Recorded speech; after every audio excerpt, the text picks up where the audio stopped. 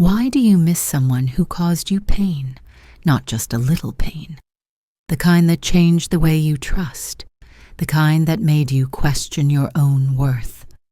Why does your mind keep returning to someone who made you feel small, confused, unwanted, or invisible? This isn't weakness. This isn't stupidity. This is something much deeper. And once you see it, you will never look at your memories the same way again. Most people think they miss a person, but in reality, they are missing a state, a psychological atmosphere, a version of themselves that only existed when that person was present. You didn't just lose them. You lost who you were when they were in your life. The conversations, the emotional tension, the anticipation, the way your body reacted before your mind even had time to think, the way you checked your phone, the way your heart jumped at their name. Your nervous system was living in a specific rhythm, a rhythm of hope, fear, excitement, and uncertainty. And when they left, that rhythm collapsed.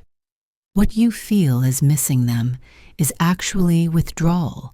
Your body learned a pattern, and now it wants it back. The brain does not get attached to people.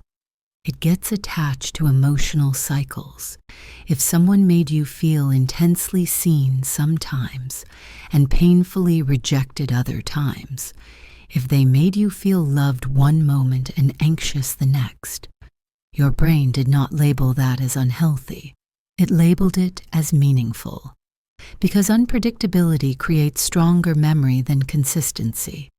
When something is uncertain, the mind becomes alert. It pays more attention. It becomes emotionally invested.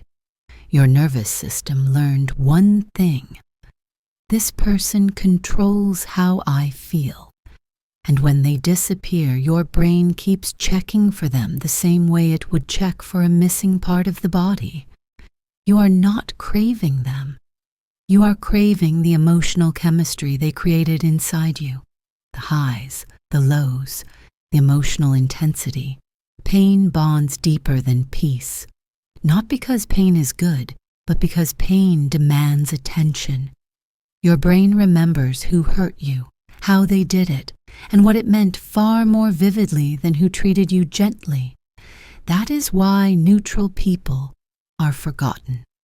But the ones who broke your heart become unforgettable. They become ghosts.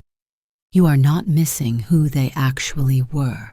You are missing who you hoped they would become. The version of them that almost loved you. The apology that never came.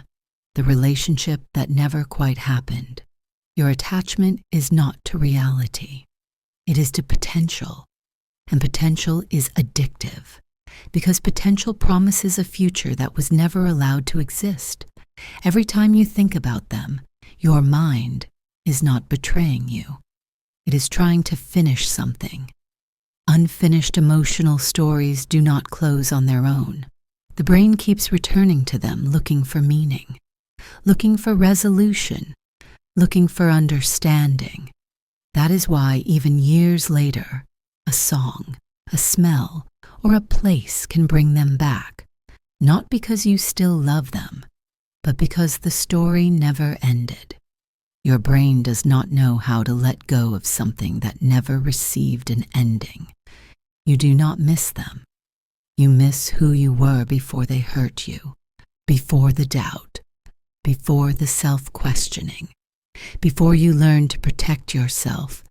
They are connected to a version of you that felt more alive, and losing them felt like losing that version too. There is something even deeper. Sometimes we stay emotionally attached, not because the person was good, but because the pain became familiar. Familiar pain feels safer than unfamiliar peace. The mind would rather return to what it knows than step into what it doesn't. So even when the relationship was painful, your nervous system learned, this is home. And anything that feels like home is hard to leave behind. Healing is not about erasing them from memory. Healing is about breaking the emotional association between them and who you believe you are. When you stop asking, "Why didn't they love me?" and start asking, "Why did I accept that version of love?" the attachment begins to loosen.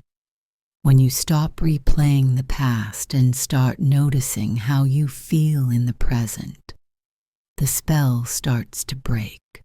So ask yourself this: are you missing them? Or are you grieving the version of yourself that you became when you were trying to be loved by them? And if you became someone who no longer needs emotional chaos to feel alive, would you still want them?